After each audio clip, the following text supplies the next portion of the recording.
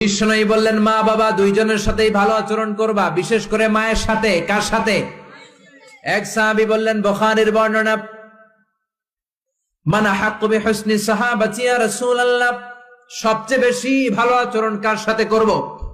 বিষ্ণু বললেন উম্মুক, মায়ের সাথে। তারপরে বললেন মায়ের সাথে, তারপরে বললেন মায়ের সাথে, তিনবার বললেন মায়ের সাথে। আরেক বর্ণনা এসেছে চারবার বললেন মায়ের সাথে, পঞ্চমবারে বললেন তোমার পিতার সাথে। বাবার চেয়ে মায়ের মর্যাদা বেশি না কম? আল্লাহ বললেন বাবার চেয়ে মায়ের মর্যাদা অনেক বেশি। তার কারণ হলো মা যে কষ্ট সহ্য করেছে বাবা ওইটা করে নাই, ঠিক কিনা? হামালাতহু উম্মুহু, বাবা তোমারে পেটে ধরে নাই, পেটে ধরেছে কে? দুই নম্বরে বললেন ওয়াহানান আলা ওয়াহান, বোঝার পরের বোঝা, যন্ত্রণার পরের যন্ত্রণা 10 মাস 10 দিন বাবা সহ্য করে নাই, করেছে কে? তিন নম্বরে বললেন ওয়াফিসালুহু ফি আমাইন, 2 বছর বাবা দুধ খাওয়ায় নাই, দুধ খাওয়ালো কে? 2 বছর আপনি দুধ খাইছেন, তার মানে কত লিটার দুধ আপনি খেয়েছেন, কত গ্যালন, কত গ্লাস দুধ আপনি খেয়েছেন, কোনো হিসাব আছে? বিশ্বনবী ধমক দিয়ে বললেন লাউ কাতাআতা জিলদাক, জিলদ মানে কি? চামড়া। লাউ কাতাআতা জিলদাক, তোমার চামড়াগুলো কেটে রোদে শুকিয়ে যদি মায়ের পায়ের 2টা জুতা বানিয়ে দাও, ওই যে ছোট্টবেলায় 1 ঢোক দুধ তুমি খেয়েছিলা, ওই একটা ঢোক দুধের শোধ আদায় হবে নাকি? মায়ের দুধের শোধ আদায় হবে? জোরে বলেন আদায় হবে? আদায় হবে। যেদিন আমাদেরকে জন্ম দিলেন কতটা কষ্ট সহ্য করেছেন, মনোযোগ দিয়ে শোনেন। মেডিকেল সায়েন্টিস্টরা বলে কোন সুস্থ মানুষ তার দেহে 45 ইউনিটের বেশি ব্যথা সহ্য করতে পারে না। একজন তাজা সুস্থ মানুষ তার দেহে 45 ইউনিট পেইন একবারে সহ্য করতে পারে। ব্যথার মাত্রা যদি 45 ইউনিটের বেশি হয়, লোকটা হয় বেহুশ নয় মরে যাবে। আমার আর আপনার মা আমাদেরকে জন্ম দিতে যে 57 ইউনিটেরও বেশি ব্যথা সহ্য করেছেন, 57 ইউনিট প্লাস। কেন ইমাজিন, এটা কি কল্পনা করতে পারেন? কল্পনা করতে পারেন? 57 ইউনিটেরও বেশি, যেই ব্যথাটা কোনো অ্যাক্সিডেন্টে আপনার দেহের 20টা হাড্ডি একসাথে ভেঙে গেলে যত ব্যথা, তার চেয়েও বেশি ব্যথা। চিল্লায় এখন আল্লাহু আকবার। এজন্য আল্লাহ ডেকে বললেন খবরদার মায়ের সাথে বেয়াদবি করো না। মায়ের সাথে বেয়াদবি করলে তোমার কোনো আমল কাজে আসবে না। বিশ্বনবীর জলিল কদর সাহাবার নাম ছিল আলকামা। কি নাম? আরো জোরে বলেন কি নাম? আলকামা অসুস্থ, ইন্তেকাল করবে, মুমূর্ষ, কিন্তু মুখ দিয়ে কালেমা বেরোয় না। তার আত্মীয় স্বজন সবাই মিলে তার সামনে কালিমা পড়ে, কিন্তু কালিমা বেরোয় না। 3 দিন বিছানায় পড়া। কয়দিন? বিশ্বনবী বলেছেন লাকিনু মাউতাকুম লা ইলাহা ইল্লাল্লাহ, তোমরা তোমাদের মুমূর্ষ মৃত রোগীদের সামনে বসে লা ইলাহা পড়ো। কি পড়ো? কিন্তু বললেন না লা ইলাহা পড়েন, লা ইলাহা পড়েন। অনেকে মারা যাবে, দাদা মারা যাবে, চাচা মরে যাবে, বিছানায় পড়া, কানের সামনে যায় এই লা ইলাহা পড়েন, লা ইলাহা পড়েন। এরকম জোরাজোরি করবেন না, তার রুহু বেরোচ্ছে, এমনিই তো একটা জ্বালা। আবার যদি আপনি চাপাচাপি করেন, সে যদি বলবে শোনা পড়ুন না, ঝামেলা আছে না নাই? এজন্য বিষ্ণু বললেন জোরাজোরি করো না, কানের সামনে যে আস্তে আস্তে তার সামনে যে পড়তে শুরু করে দাও লা ইলাহা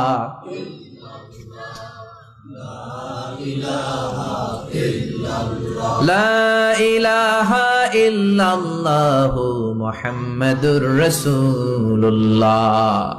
লাকিনু মাউতাকুম লা ইলাহা ইল্লাল্লাহ, তোমাদের মৃতদের সামনে যে, মুমূর্ষদের সামনে যে কালিমার তালকিন দাও। আলকামা নামক সাহাবীর মুখ দিয়ে কালিমা বেরোয় না। বিশ্বনবী বেলালকে আর সুহাইবকে, 2 সাহাবীরে পাঠালেন, যাও কালিমার তালকিন দাও। বেলাল যে তালকিন দেয় তারপরেও বেরোয় না, জিহ্বায় আটকে যায়। বিশ্বনবী আলকামার বিবিরে ডেকে পাঠালেন। আলকামার বিবি আসার পরে বিশ্বনবী বললেন ও আলকামার বিবি, আলকামা কেমন ছিল?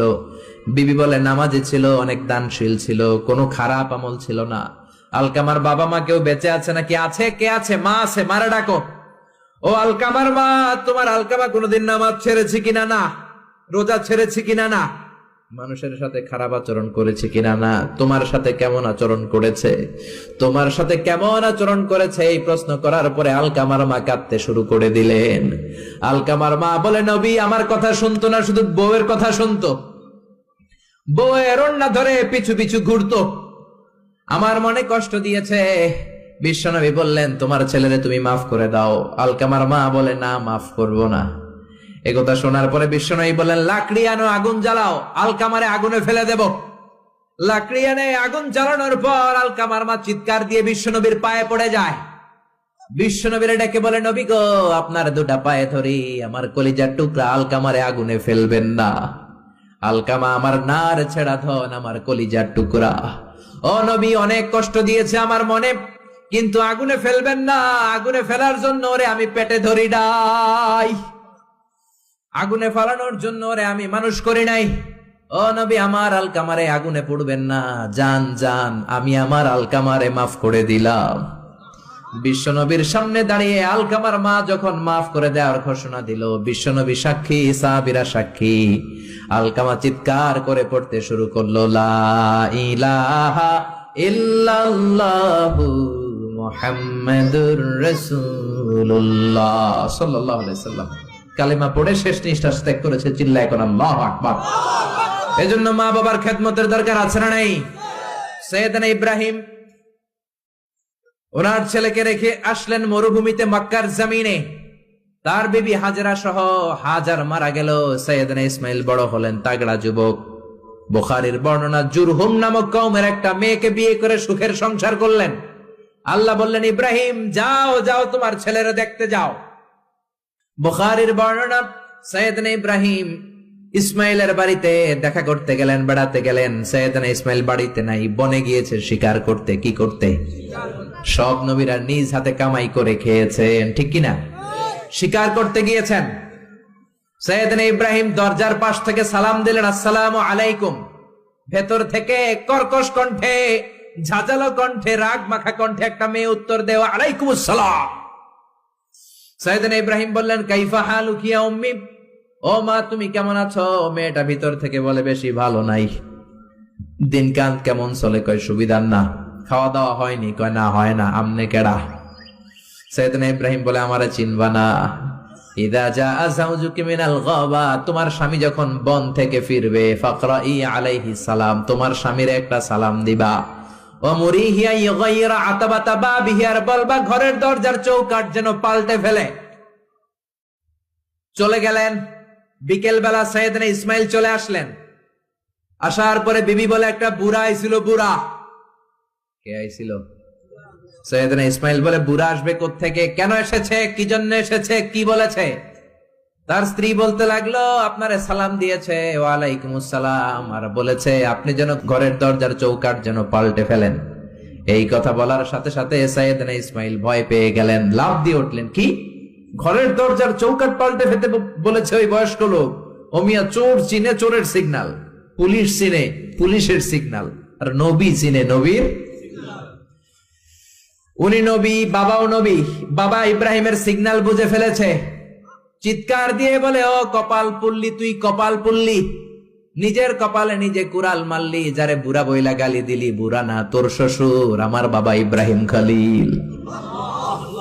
আমার বাবা যেই কথাটা বলে গিয়েছে, কথাটা তো সুবিধার না, এটার গ্রিন সিগন্যাল না, রেড সিগন্যাল।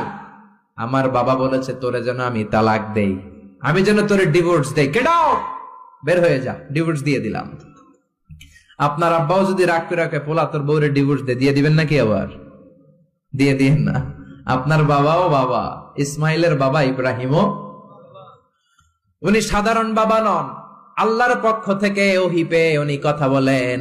তালাক দিয়ে দিলেন, নতুন বিয়ে করলেন। 3 বছর পর আবার সাইয়েদনা ইব্রাহিম দেখা করতে আসলেন। আজকেও সাইয়েদনা ইসমাইল বাড়িতে নাই, বনে গিয়েছে শিকার করার জন্য। আজকেও সাইয়েদনা ইব্রাহিম এসে সালাম দিল, আসসালামু আলাইকুম। আজকে জাদুমাখা কণ্ঠে, মধুমাখা কণ্ঠে, সুরেলা কণ্ঠে একটা মেয়ে উত্তর দিল, ওয়া আলাইকুমুস সালাম। জিজ্ঞেস করলো, কাইফা হালুকি ইয়া উম্মি, মা কেমন আছো? মেয়ে কয়, আলহামদুলিল্লাহ আলা কুল্লি হাল, সব সময় আমরা ভালো আছি।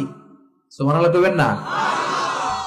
দিনকাল কেমন যায়? কয় খুব ভালো। খাবার দাবার? কয় খুব ভালো। আপনি কে? আমার চিনবা না? মেয়ে বলে, আপনারে আমি চিনতে চাই। এই মরুভূমিতে কেউ কোনোদিন আমাদের খবর নেয় না। কে আপনি? মুরব্বী বাজান, দয়ালু মানুষ, আমাদের খোঁজ খবর নেয়ার জন্য এসেছেন? বাইরে রোদ্রের মধ্যে দাঁড়িয়ে আছেন কেন? ভিতরে আসেন। সাইয়েদনা ইব্রাহিম ঢুকতে চায় না, মেয়েটা জোরাজুরি শুরু করেছে। জোর করে ঘরে ঢুকালো, শরবত বানিয়ে খাওয়ালো, রুটি বানিয়ে খাওয়ালো, খেজুর বানিয়ে খাওয়ালো, ছাগল পালতো, ছাগলের দুধ খাওয়ালো। সাইয়েদনা ইব্রাহিম এই আপ্যায়ন দেখে চোখের পানি ছেড়ে মেয়েটার জন্য দোয়া করে দিল। ও মেয়ে, এইটাও মাইয়া, আগেরটাও।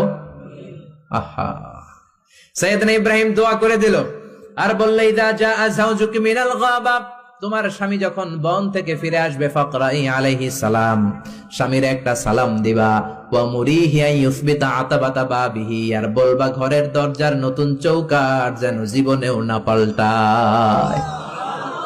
সাইয়েদনা ইসমাইল ফিরলেন, ওয়াইফ বলতেছে, নুরানি চেহারা এক আল্লাহর ওলির মতো লোক আসছিল, মুরব্বি টাইপের।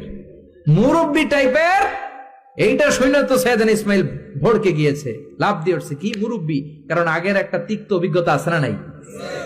চিৎকার দিয়ে বলে, তাড়াতাড়ি বল কেমন আচরণ করেছিলি বল। বিবি বলে, আপনি ভয় পাবেন না, অনেক ভালো আচরণ করেছি, আপ্যায়ন করেছি। উনিও আমার মাথায় হাত বুলিয়ে দোয়া করেছেন, আপনারে সালাম দিয়েছেন, আর বলেছেন ঘরের দরজার নতুন চৌকাঠটা যেন জীবনেও আপনি না পাল্টান। আদরের চোটে বিবিকে জড়িয়ে ধরলেন, বললেন, ও বিবি, তুই তো পরীক্ষায় গোল্ডেন এ প্লাস। কি পাইছস? গোল্ডেন।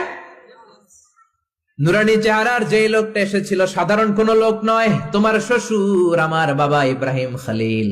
আমার বাবা চৌকাঠ বলতে তোকে বুঝিয়েছে আর বোঝাতে চেয়েছে, এই যে তোরে আমি বিয়ে করেছি, জীবনেও যেন তোরে তালাক না দেই, তোর হাতটা যে দুনিয়াতে আমি ধরেছি, তোর হাত ধরেই যেন দুজনে জান্নাতে ঢুকে যায়। এজন্য বাবা মার দোয়ার দরকার আছে না নাই?